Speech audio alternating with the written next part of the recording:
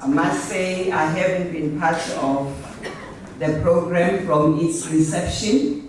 However, with the engagement with colleagues from branch curriculum, we were brought on board, and we really appreciate that.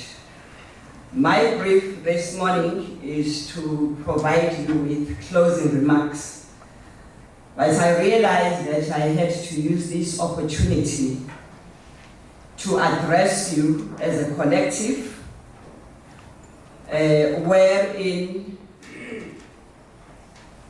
our circuit manager were always viewed as the missing link in the program.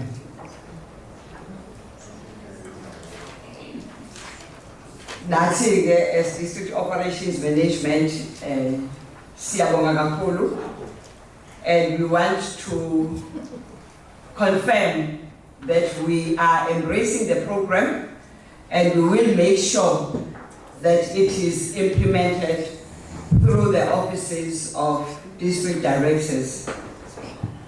So as part of my remarks, it's just to conscientize everyone about the key legislative mandates that we need to carry with us on a daily basis.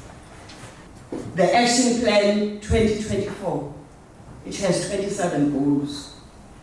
And there are goals that speak to issues of numeracy, issues of language.